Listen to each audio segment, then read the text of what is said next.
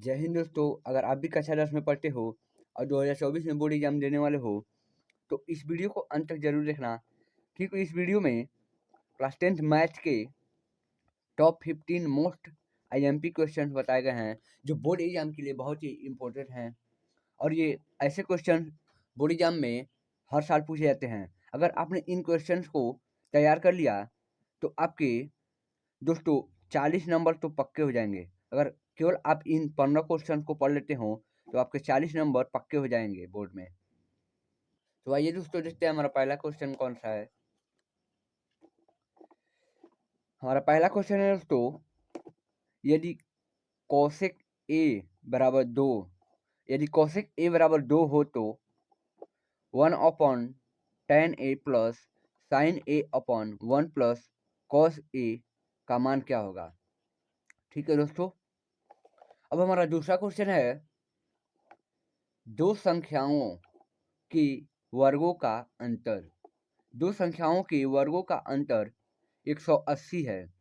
दो संख्याओं के वर्गों का अंतर 180 है और छोटी संख्या का वर्ग बड़ी संख्या का 8 गुना है, तो दोनों संख्याएं ज्ञात कीजिए।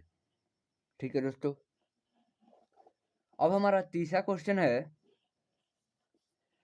5/x-1 plus 1/2 minus y-2 is equal to 2 तथा 2/x-1 माइनस 1/y-2 बराबर 1/3 है, तो x तथा y के मान ज्ञात कीजिए। मतलब ये हमारा समीकरण पहला है और ये हमारा समीकरण दूसरा है। तो इससे हमको y और x और y का मान ज्ञात करना है। अब हमारा चौथा क्वेश्चन है दोस्तों, सिद्ध कीजिए कि √5 एक अपरिमेय संख्या है। तो दोस्तों बोर्ड में रहता है कि सिद्ध कीजिए कि यह परिमेय संख्या है। तो यहाँ पे √2 भी हो सकता है, √3 भी हो सकता है और √7 भी हो सकता है। तो इनमें से या √5 भी हो सकता है। तो दे देता है बोर्ड में कि सिद्ध कीजिए कि √5 एक अपरिमेय संख्या है। और ऐसा क्वेश्चन दोस्तों बोर्ड एग्जाम में हर साल पूछा जाता है और ये कम से कम 4 नंबर का पूछा जाता है। यह एग्जाम में हर बार पूछा जाता है। ठीक है दोस्तों, और 2023 में भी ऐसा क्वेश्चन पूछा गया था। अब हमारा अगला क्वेश्चन है, वह अनुपात ज्ञात कीजिए जिसमें बिंदु P निर्देशांक -3, P बिंदुओं A निर्देशांक -5, -4 और B के निर्देशांक -2, 3 को मिलाने वाले, ठीक है दोस्तों, मिलाने वाले रेखाखंड को विभाजित करती है। मिलाने वाले रेखाखंड को विभाजित करती है तो P का मान क्या होगा। मतलब हमें इसमें P का मान ज्ञात करना है। ठीक है दोस्तों, अब 4x माइनस 5y प्लस 16 बराबर 0 तथा 2x प्लस y बराबर 6 को ग्राफ विधि से हल कीजिए और इन रेखाओं तथा x अक्ष से बनी त्रिभुज के शीर्षों के निर्देशांक ज्ञात कीजिए। मतलब ये हमारा 4x minus 5y plus 16 is equal to 0, यह हमारा समीकरण नंबर 1 है। और यह 2x प्लस वाई बराबर 6, यह समीकरण नंबर 2 है। और इसे हमें ग्राफ विधि से हल करना है। और जब हम इनको अक्षों पर रखेंगे तो x अक्ष से एक त्रिभुज बनेगा और उसके शीर्षों के निर्देशांक ज्ञात करने हैं। अब हमारा 7वां क्वेश्चन है दोस्तों, दो संख्याओं का अंतर 2 है। दो संख्याओं का अंतर 2 है और उनके वर्गों का योग 34 है। दो संख्याओं के वर्गों का अंतर, दो संख्याओं का अंतर 2 है और उनके वर्गों का अंतर का योग और उनके वर्गों का।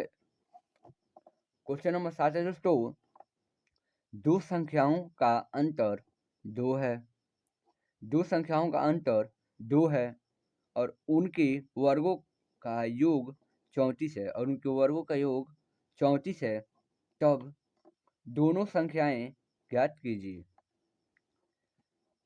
एक बार और पढ़ लेते हैं दोस्तों। दो संख्याओं का अंतर 2 है और उनके वर्गों का योग 34 है, तब दोनों संख्याएं ज्ञात कीजिए।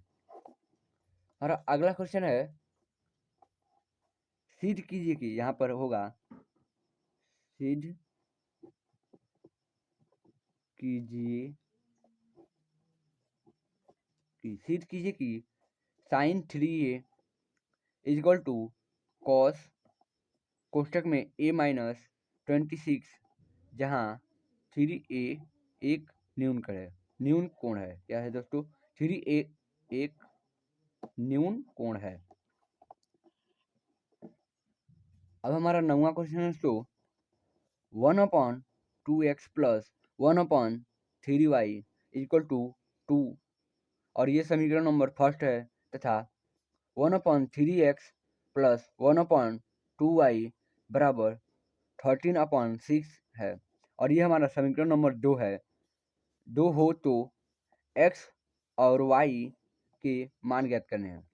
मतलब समीकरण नंबर 1 और समीकरण नंबर 2 से हमें x और y के मान ज्ञात करने हैं।